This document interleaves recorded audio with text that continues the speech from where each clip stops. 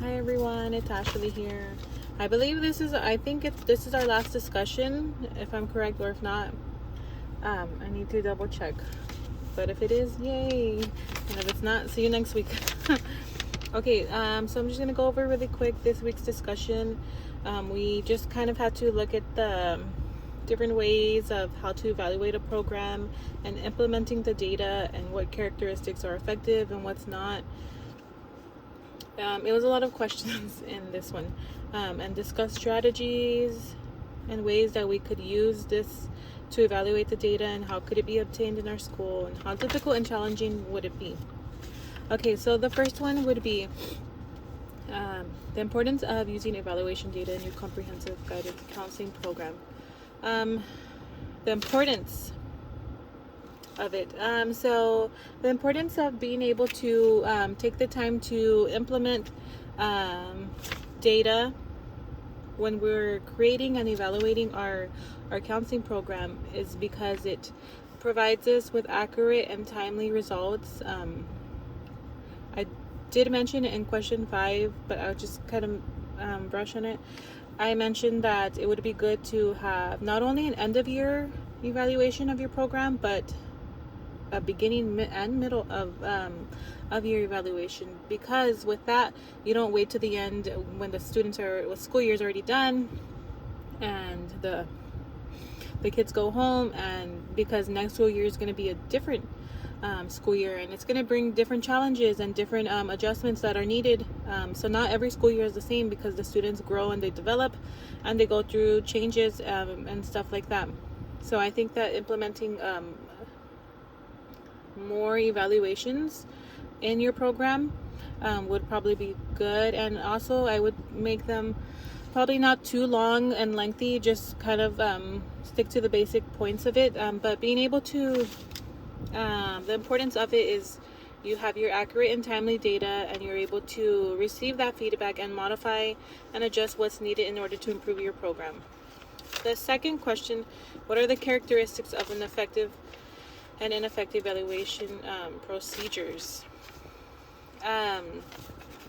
Ineffective would probably be kind of, I would say, maybe an end of year evaluation in a way, because you're just adjusting to that school year that just happened, but a new school year comes with different challenges and different population. So I feel maybe a more effective evaluation procedure would be to have a beginning and middle of your evaluation of your program, to be able to adjust as needed, because an effective program would be one that's reflective and preventative, progressive, inclusive, and diverse. Okay. Next one, what data is important? Sorry, I feel like I didn't. Let me go back to number 2. And another characteristic of effective evaluation procedure would be, like I said, the survey maybe, and making them not too lengthy, but basic and to the point of what exactly you need to measure. Okay, number 3. What data is important to collect and what can help in data collection? I feel like the data that is important to collect should be student focused and teacher focused as well, because those are the people that you're serving. And perhaps if you wanted to, maybe you could do like a parent and school community one, just to kind of see if their kids mention anything about seeing and talking to the counselor, or seeing her around and making sure she's available. So what kind of data would be maybe social emotional kind of questions, so that you can know what your students are going through. I think because sometimes, one, it's very, maybe do it in a way that's not exactly anonymous, but maybe where they do their surveys in groups, coming to the library or the computer room or so on. Let me see. Sorry, what was I saying? Doing it in small groups maybe, because when they're around their friends, they're not going to want to do that. or discuss. The next one would be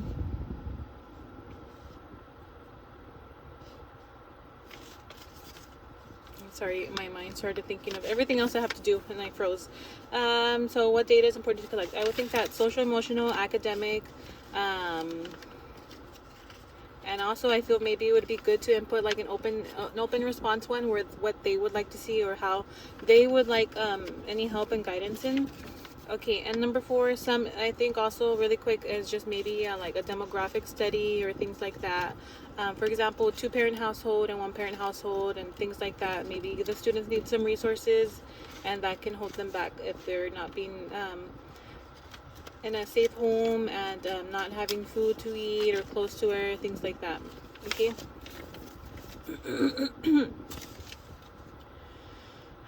So number 4, the next one would be, what are some implications of effective and ineffective evaluation strategies for the program? I feel this one, I'm sorry, kind of goes along with number 2. Ineffective would be kind of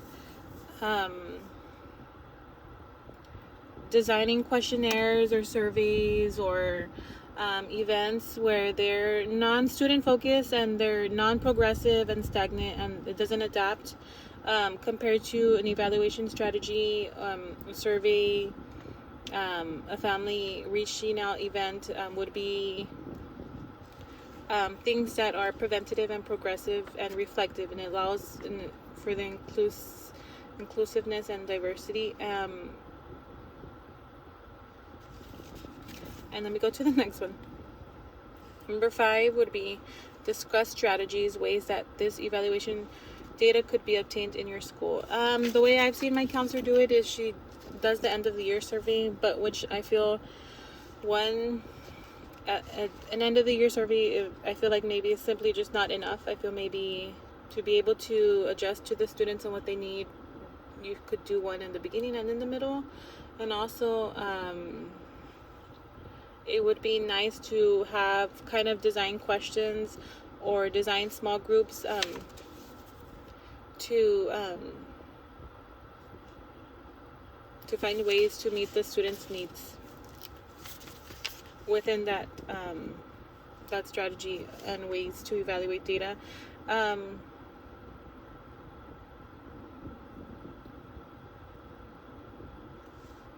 could also do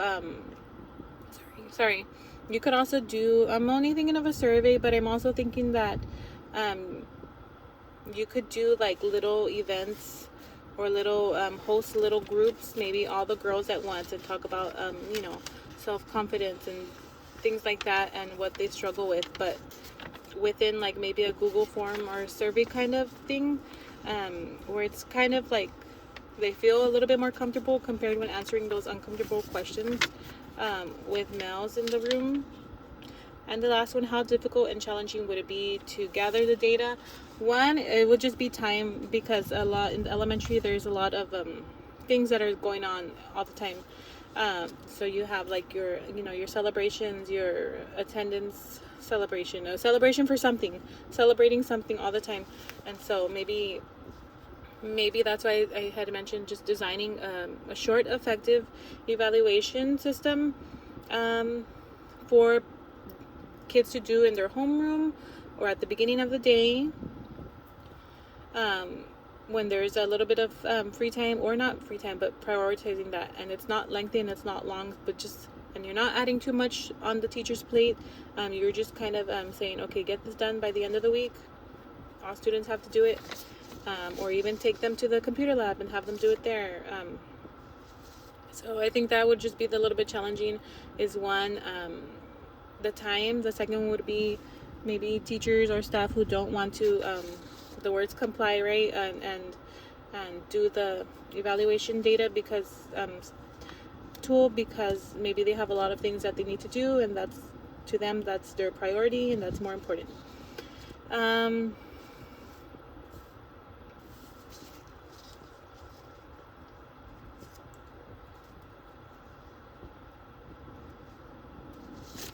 And I'll just go ahead and stop here. But that's pretty much my discussion for this week. And if I see you next week, if there's another discussion, I'll see you next week. And if not, yay, we're making it. We're almost there. Bye.